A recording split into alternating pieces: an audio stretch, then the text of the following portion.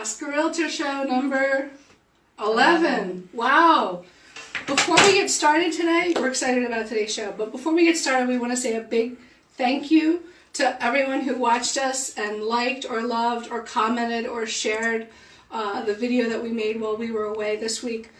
We went to Washington, D.C. for a Tom Ferry real estate seminar, and a very few people, 5 total? How many did they give away? 5, I think it was 5 tickets. 5 tickets to California, to a trip to California, and we won one of them. So thank you, everybody. We couldn't have done it without you. You're helping to make us smarter. So the show today is 10 things, 10 tips for sale by owners. Lots of folks, actually not so many folks anymore, try to sell it on their own, but a few do. So if you're one of the few and the brave, we want to help you. So we're going to go over 10 tips today. Courtney, you want to start? Yep.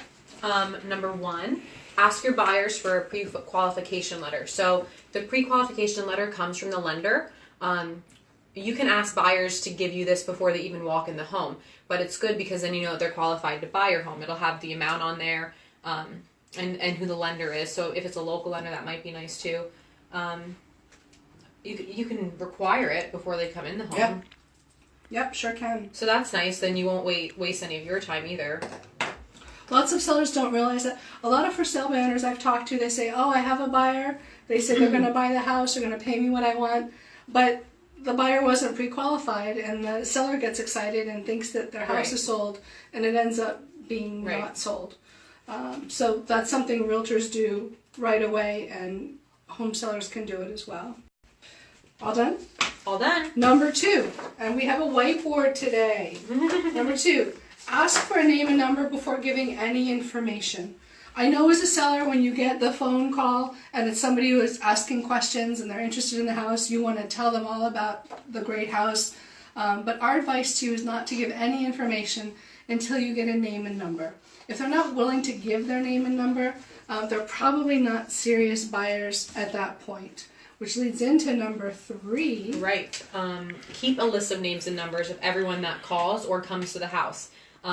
There's a lot of reasons for this. Number 1, you can keep track of everybody who's coming. And number 2, you can call them back. So if it's someone who maybe expressed some interest, you can call them back for that reason. Or if you make any updates, let's say that you redid the kitchen countertops, anything, any update that you make, you can call them and it gives you a reason to call them. And let them know what other things that you've done to the house. I don't know. There might be more. What's some other reasons? The nice thing about calling people back, if you reduce the price. Oh, yeah, that's another big one. So, buyers right now, there's not a lot of inventory, so some of them are waiting for the perfect house, and then it may take them a few months to come to the realization that no, they can't afford what they want, so now they have to look back at houses they've looked at already, and yours may be one of them. That's so true. You want to keep top of mind. Right, there you go. Yep. We just ate. That's the problem. We went to Sephora's and had wonderful food. So carb fog. Yep. All right. So far we have 3 things listed, and I have this column here, cost. These are free things. They will protect you and save you lots of money and time. Number 4, know your legal responsibilities in the state of Pennsylvania. The state of Pennsylvania requires home sellers to disclose something that they call known material defects. The Pennsylvania Association of Realtors has a form called a seller's disclosure, which if you fill this form out, you cover your stuff, and you also have to disclose any known lead-based paint. So we have this form. If you're selling a house on your own, please call us. We'll be happy to share that form with you. Okay? Next, get a CMA done to determine value. A CMA is a market analysis.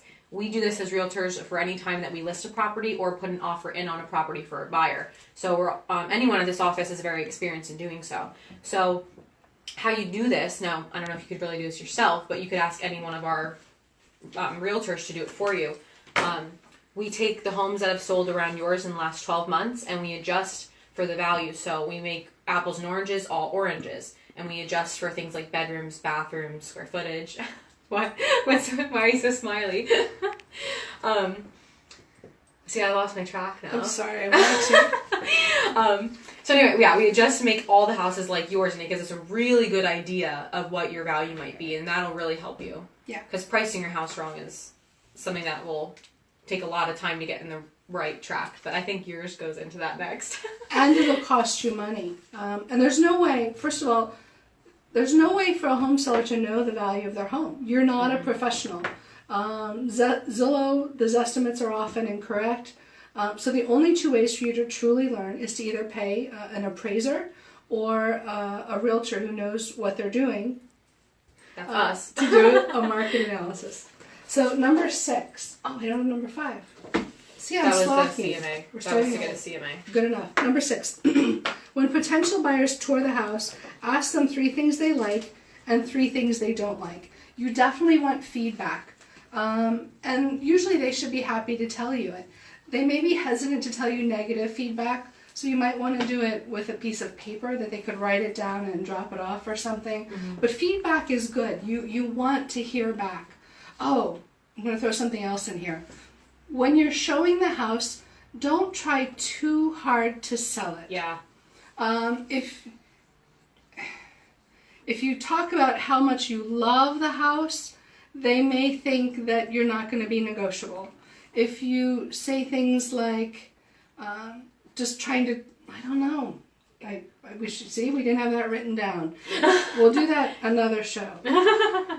Get feedback, ask them 3 things they like, 3 things they don't. And take the feedback and don't be offended by it, but constructive feedback. Some things you can't change. If they don't like the size of the kitchen, you're not going to be able to change that. But if you hear again and again that they didn't like maybe if they smell a cat or something like an odor like that, or smoking cigarettes, Good. Take that into good consideration. Awesome. Good advice. Good example. Good advice. Next, visit our website. Now you can visit our website for many things, but one of them is that you can find the contracts on there, or examples of contracts. Our website is cometothecastle.com. So this will be helpful for a sale by owner because you're not using the agent. So who's going to explain the contracts to you? So if you go on there, what is it under the contracts on the tab? We should have known this. Probably for sellers. Yeah, it is. It's for sellers. There's a for seller tab on the left side. And again, there's samples of contracts there so you can see, but you've got a couple options with a realtor. Even if you don't want to hire a realtor, I didn't mean to interrupt. No. Even if you don't want to hire a realtor to list the house, you can hire a realtor just to do the paperwork and to just help with that part. That might be the smartest thing that you can do. If you're going to do this. Right. The smartest thing would be to hire a realtor. But the next smartest thing is at least hire us through the contracts. That's funny. That's a liability. Yeah, I mean, it's a lot of liability. And we do this all the time. If you're selling on the house on your own, thinking, if everything goes smoothly and there's no problems and no issues, you're okay.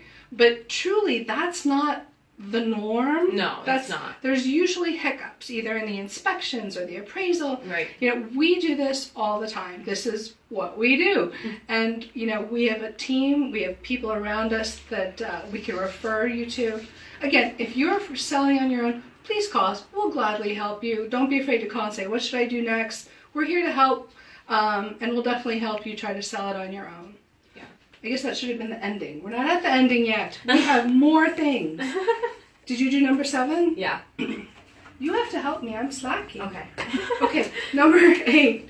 I have learned the 3 levels of buyer activity to see if you're in the correct price range. We often teach our sellers that there's 3 levels of activity. The very top level, no showings, no offers. If you're in the stratosphere there, you don't want to camp there because you will hurt yourself and you will end up bringing your value down less than if you had jumped in at the right price range. The middle price range is showings but no offers. If you're having showings but no offers, you're priced a little high, and you want to get down to the sweet spot of having showings and offers. So those are the 3 levels of buyer activity. Check yourself. You can check yourself, each couple of weeks and say, which level am I in and where do I need to be? Okay. Next thing, know your competition.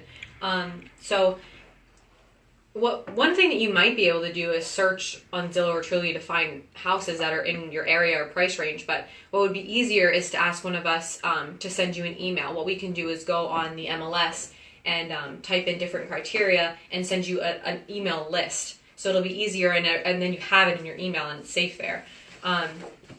Now, what's the second part? Don't help somebody else sell their home. If there's a home that's similar to yours and you're priced way higher than it, that the other home is probably gonna be the next one to go. And I don't know, we could say so much about that. There's so many things that could alter that. I don't know, what are some other things that would... So... That's a hard one.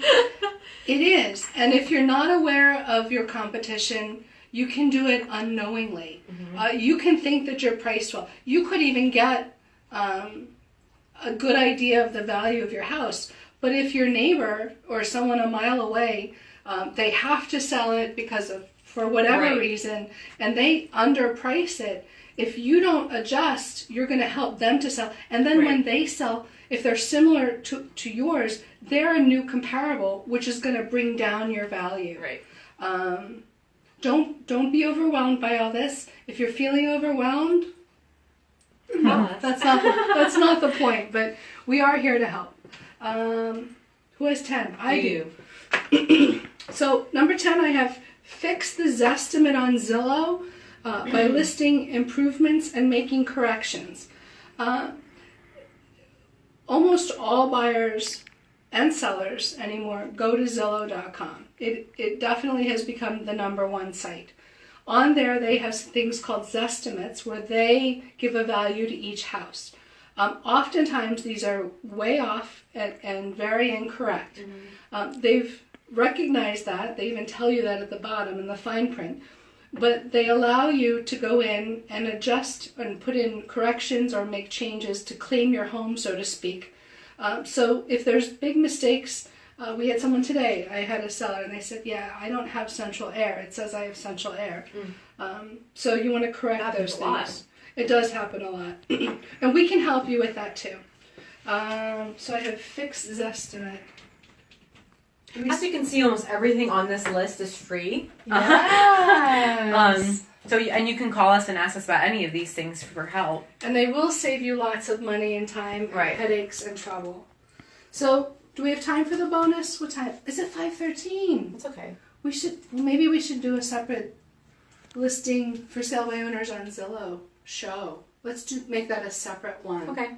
Okay, this is all you get this time. If you are a for sale by owner and you either are on Zillow or thinking of putting your house on Zillow yourself, call us. Let us help you to do that, because lots of sellers do it wrong.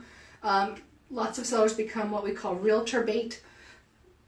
There's a whole show on that. We're going to do that another day. All right, thank you. Did we cover everything? Is that it? I think that's it. Blue. Okay, thank you.